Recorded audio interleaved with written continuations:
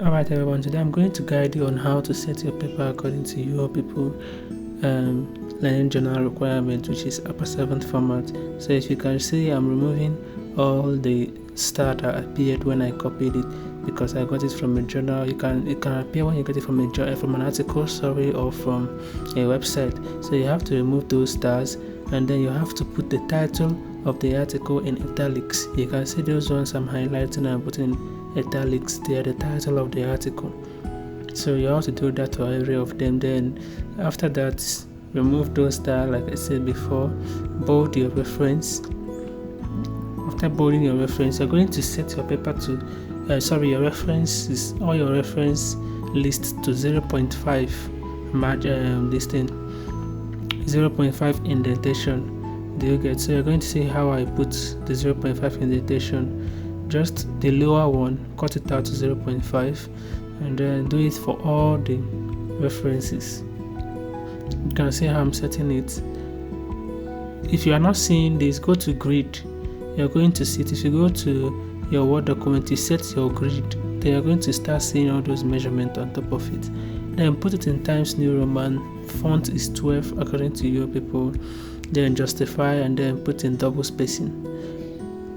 So I'm just trying to make sure they are still in 12 fonts. That's why I have to go back there.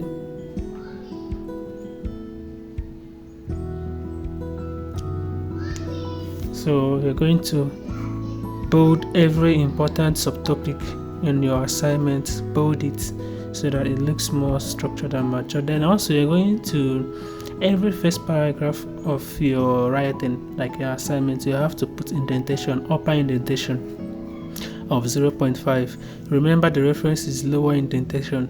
You go to that 2 arrows there, you highlight the upper one if you are working on your paragraphs. I'll push it to 0.5, but if you're working on references, you click on the lower one and then you push it to 0.5. That is it. Then after that, remember, even according to the upper 7th citation format, you still have to put your reference, the heading of your reference in center, your introduction in center. So we are still going to do that, and you're still going to see how we did that. So you can see how I'm moving all the first paragraph to that 0.5 indentation. All first paragraphs of your subtopic. All first paragraph of your subtopic.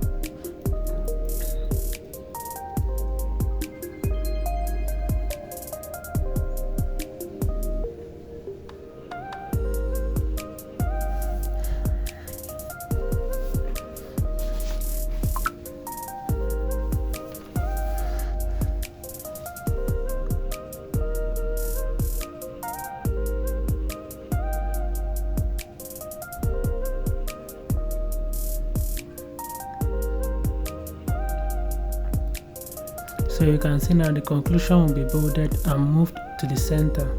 You can see how I move it to the center. Same thing with the reference, it will be bolded and moved to the center. Then highlight and click on replace. If you click on replace, you're going to replace that dash with space, and then it will do it for all the dash in your writing. You replace them with space, then it does that for you.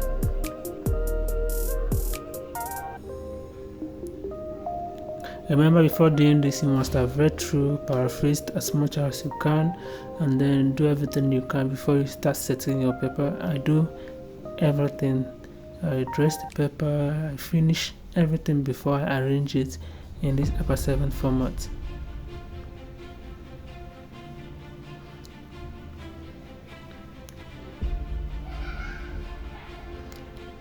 All those words that come with star apostrophe, they are the words that are supposed to be in bold, and then when you copied it, they are now appearing in star apostrophe. So you have to remove all those star apostrophes from your writing. Do you understand? And remember, nothing should be in bold. When your subtopic is in bold, nothing else should be in bold. Some of you make that mistake of highlighting some sentence under a paragraph in bold. You don't do that in a professional academic writing. Once a subtopic is in bold, every other thing should be unbolded under it. So you can see same thing with the introduction. We're going to bold it and then we're going to move it to the center. So now after adding it to the center, we're going to go to page number and add the page at the top page, like at the top right corner of the page. You can see where it is. That is the actual page it should be. Then you save your file with the course code and the limit and the title. It is very, very important. You can also add your name if you wish to. It is important for you to save all your assignments because you don't know, it might be useful for you in future, for those that review the assignments after they have graduated, especially when you did exceptionally well in your assignments. You have to keep them. So like me, I store all my files. Then after you choose the location, like you can see, you choose the location of where you want to and then you click on save. Then after that, I'm going to go to my old assignment, the one in unit 2, and then I'm going to open it, and then I'm going to copy the cover page. Remember to always add cover page to your assignment before you submit. It is part of the criteria for upper 7th. So you can see how my previous upper cover page was arranged. This is my previous assignment, so I'm going to copy the cover page, paste it here, and then edit only the dates and the units. Do you get? So only date and the unit, then we are done. So guys, this is all for today. Thank you all.